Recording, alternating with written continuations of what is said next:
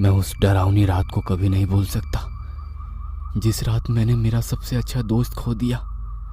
सूरज सूरज पाटिल नाम था उसका। सूरज और मैं बचपन से एक दूसरे के साथ थे। दोस्त कम भाई ज्यादा था वो मेरा। 10वीं कक्षा के बाद हम दोनों ने लातूर के एक प्रतिष्ठित कॉलेज में प्रवेश लिया। हमारे लिए लातूर शहर अनजान था, पर कुछ ही दिनों में हम उस शहर का चप्पा चप्पा जान गए, क्योंकि सूरज और मैं दिन भर शहर में बाइक पर घुमा करते थे। पर एक दिन वही रोज रोज शहर में घूमकर हम बहुत ज्यादा बोर हो चुके थे, इसलिए एक रात हमने लॉन्ग ड्राइव पर जाने का फैसला किया।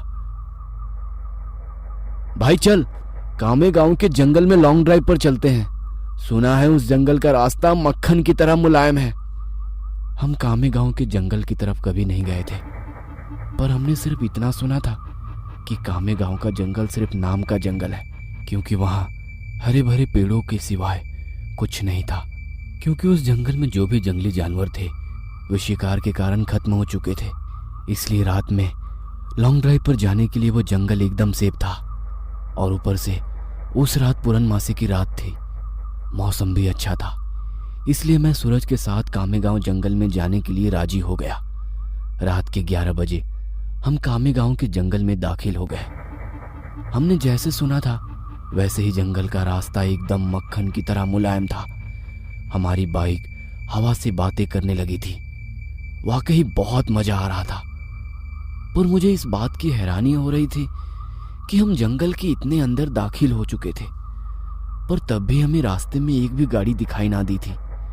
जंगल का पूरा रास्ता सुनसान पड़ा हुआ था। तभी रास्ते में हमें एक पुल दिखाई दिया। सूरज ने उस पुल के बीचों बीच बाइक रोक दी। वो अंग्रेजों द्वारा नदी के ऊपर बनाया गया 100-200 साल पुराना ब्रिज था। पुल के बाजू में एक बड़ा सा बोर्ड लगा हुआ था और उस पर लिखा था सेंट जॉर्ज ब्रिज। हम दोनों पुल पर गए और खड़े हो गए। पुल के नीचे से नदी बह रही थी। पुल से कोमल हवा बह रही थी। पुल के नीचे बहती नदी के पानी में चांद दिखाई दे रहा था। माहौल बहुत खुशगवार था, लेकिन इतने में दूर कहीं जंगल में से एक भेड़िए की रोने की आवाज आई।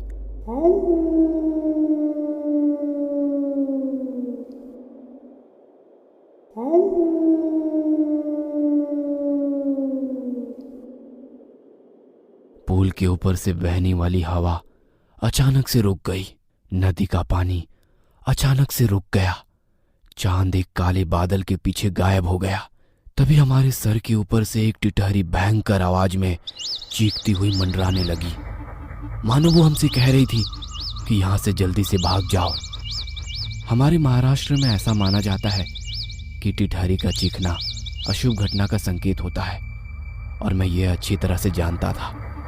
सूरज, मुझे यहाँ पे कुछ अच्छा नहीं लग रहा है। टिटहरी का चीखना मतलब कि हमारे चारों तरफ खतरा मंडरा रहा है। हमें जल्दी यहाँ से निकल जाना चाहिए। अरे भाई, कुछ अशुभ नहीं होता, बस ये अंधविश्वास है। टिटहरी के चीखने की वजह उसका गुस्सैल स्वभाव होता है, और वही उसकी आवाज भी होती है। अब चुपचाप यहाँ खड़ा रह और खूबसूरत नजारा देख, सूरज ने मुझसे कहा। तभी मैंने सूरज के पीछे कुछ दूर पुल की रेलिंग के पास एक औरत को खड़े हुए देखा।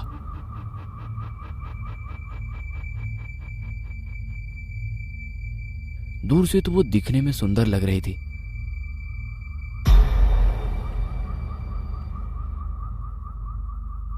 पर वो पुल के नीचे झांक रही थी। मैं उसकी तरफ देख ही रहा था कि इतने में वो औरत अपनी चप्पलें उतारकर पुल की रेलिंग पर चढ़ गई। सूरज, पीछे देख, वो औरत क्या कर रही है? मैंने सूरज से कहा। सूरज ने पीछे मुड़कर देखा। वो औरत अभी भी पुल की रेलिंग पर खड़े होकर नीचे देख रही थी। भाई, वो खुदकुशी करने की कोशिश कर रही है, सूरज ने मुझसे कहा। खुदकुशी, ये शब्द सुनकर मेरे हाथ पैर डर से कांपने लगे, क्योंकि जब मैं एक बच्चा था तब मेरे दादाजी ने खुद को फांसी लगाकर खुदकुशी कर ली थी, और वह मैं ही था जिसने उन्हें सबसे पहले फांसी पर लटकते हुए देखा था। ओ, नीचे उतरो, कहते हुए सूरज उस औरत को रोकने के लिए उसकी तरफ भागा, लेकिन मैं वहीं खड़ा रहा क्योंकि मेरे आंखों के सामने फांसी पर लटकते हुए मेरे दादाजी आ रहे थे। उनकी बाहर निकली हुई आंखें और मुंह में से बाहर निकली हुई जीभ और फांसी पे हवा की वजह से झूलती हुई उनकी लाश, वह सब मेरे आंखों के सामने आ रहा था। ओ चाची, नीचे उतरो! सूरज और जोर से चिल्लाया। सूरज की आवाज सुनकर मैं अपने होश में आया। सूरज उस औरत के बहुत ही करीब जा पहुंचा था, पर तभी वो औरत नदी में कूद गई। तब तक मैं दौड़ते हुए सूरज के पास जा पहुंचा। वो औरत हमारे आंखों के सामने नदी में डूब रही थी और चीख रही थी, वाचवा मला कोणीतरी वाचवा, वाचवा मला कोणीतरी। मतलब बचाओ, मुझे कोई बचाओ। पर हम सिर्फ उसे डूबते हुए देख रहे थे क्योंकि हम दोनों बहुत ज्यादा डर गए थे। वाचवा, ये पुरानो मला वाचवा। वो औरत डूबते हुए हमारी तरफ देखकर चीखने लगी और मदद के लिए गुहार लगाई। उसकी दर्द भरी चीखें सुनकर मेरे तो रोंगटे खड़े हो गए थे, पर तभी सूरज ने उसका टी शर्ट उतारकर मेरे मुंह पर दे मारा और पूल की रेलिंग पर चढ़ गया। रुक जा सूरज, मैं तुम्हें नदी में कूदने नहीं दूंगा। मैंने उसका हाथ पकड़कर उसे रोका। मुझे छोड़, मैं उस औरत को ऐसे मरने के लिए नहीं छोड़ सकता, उसने मुझसे कहा और मेरे हाथ से अपना हाथ छुड़ाकर वो भी नदी में कूद गया। सूरज नदी में कूदते ही उसने अपने आसपास देखा, पर उसे वो औरत कहीं भी दिखाई नहीं दे रही थी। उसने सोचा कि वो डूब चुकी होगी, इसलिए